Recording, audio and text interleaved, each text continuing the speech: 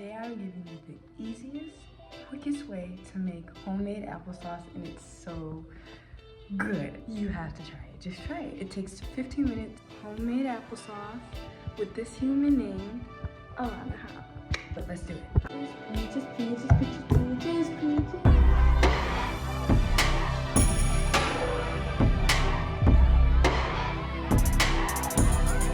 Apples.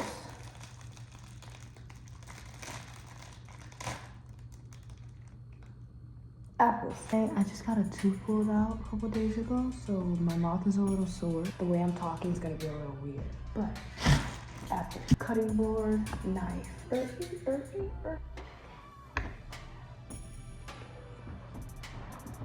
Cinnamon, nutmeg, vanilla, sugar, and water. And a pot.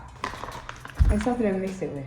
Oh yeah, if you don't have a peeler, just use a knife, because I don't have a peeler, that's what I'm using. So you want to get a bowl of water to be able to hold your apples once you peel them. If you don't know how to peel an apple with a knife, watch this. Take the apple, right? Don't do it like this, where the knife is like this. You gotta do it at an angle.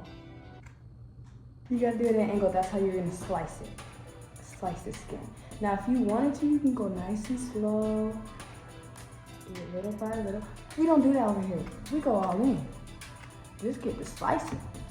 You're gonna have a few chunks fly out. That's okay.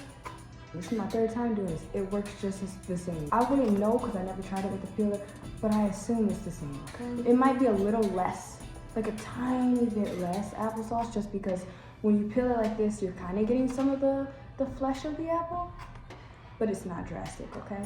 Right now, I only have 4, but try to do 5, okay? 5 apples gives you a good amount of applesauce for maybe 2 days, because you don't want it more than 3 days in the fridge, unless you have it in like a jar. I don't have a jar, so I'm just putting it in Tupperware, and it lasts good for a couple days in the fridge. Be careful though, okay? I advise you to get a peeler, because, ooh, this is dangerous, Lord, this is dangerous. Don't play around now. Take your time. Be safe. So you see how the apples peel for the most part? You got the little bottom and you got the little top. Just put this in the water.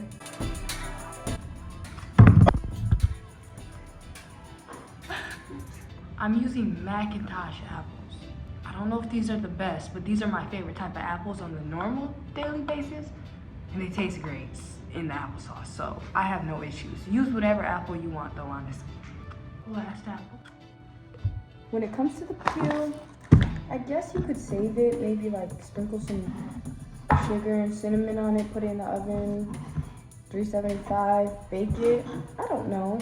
I never done that before, but maybe you could do that and make like apple chips or something. Let's cut the apples up now. So this is the second step. So you want to peel the apples. Now we're gonna cut the apple. This is the pot I'm using to actually cook the apples in, and I've just filled it with cold water and set the apples in there so they could sit while I was peeling the other ones. Take one out at a time. You can use the same knife you're using to peel, or just grab another knife if you're using a peel. What I like to do first, I like to cut off this top part, just so that's like that, and then cut off this bottom part, right? So now you have them kind of flat. So then you're gonna cut the sides, one side, 2 sides, and then you're left with this piece. You're gonna cut around the piece, around the core. Cut that off. Cut that off. As you can see, there's like little hard parts in there still. So you could just cut around the hard part. If the hard part is right here, I'm gonna cut right there. I'm gonna cut right there. And you can also just slice that hard part off, put it to the side, and now you have a good piece. Cut little pieces like this. Cut that hard part off, slice it. This one. Cut the hard part off, slice it in half. One more time. Cut that hard part off, slice it in half. I'm gonna do that to all the apples, and I'll be back when I'm done. All these pieces that you're not about to use, do something with that too. Put it in some water, boil it, make a tea, I don't know. So the apples are cut. We have a good amount of apples right here. I'd say about a cup and a half maybe.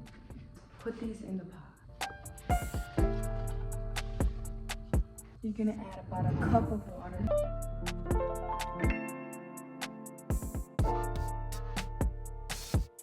of water, just enough so the apples are like almost completely covered, but not. Let me show you. See how like they're still poking out? This is how I like mine. If you want yours thicker, add less water. The more water you add, the more liquidy it's gonna be. The less you add, the thicker it's gonna be. Obviously, I use only 4 apples, so I'm adding a cup of water with 4 apples. If you have 5 apples, still add a cup, and if it's not enough, add 1/4 a cup until it's to your liking. I'm turning mine to 7. You could turn it up to high. You just want it to boil, and this boils quick. So,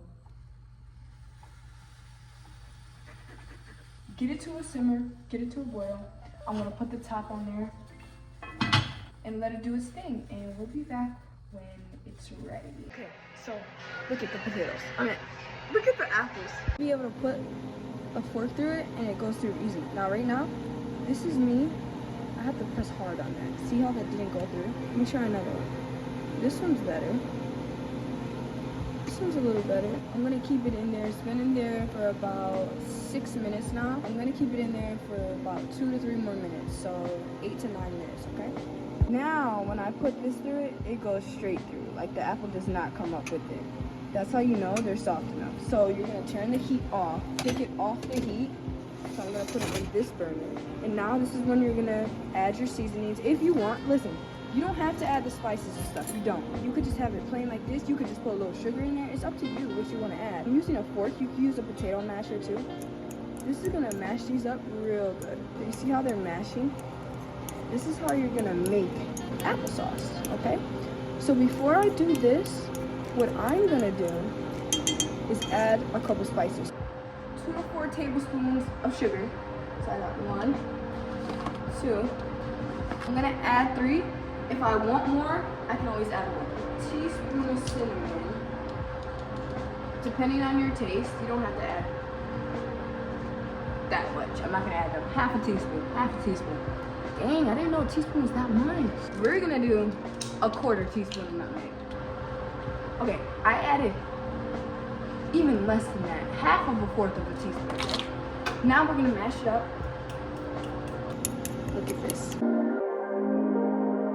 Mash, mash, mash, mash, mash. And we're gonna add the vanilla now. I'm gonna add half a teaspoon of vanilla. Maybe a little more if you want. It's up to you, however you like it. And that is literally it. That's it. Mix that up, mash it up. Eating this warm, so good. That is so easy, so good. It's a little chunky. If you don't like it like that, that's okay. I let this cool and then I'm gonna try it.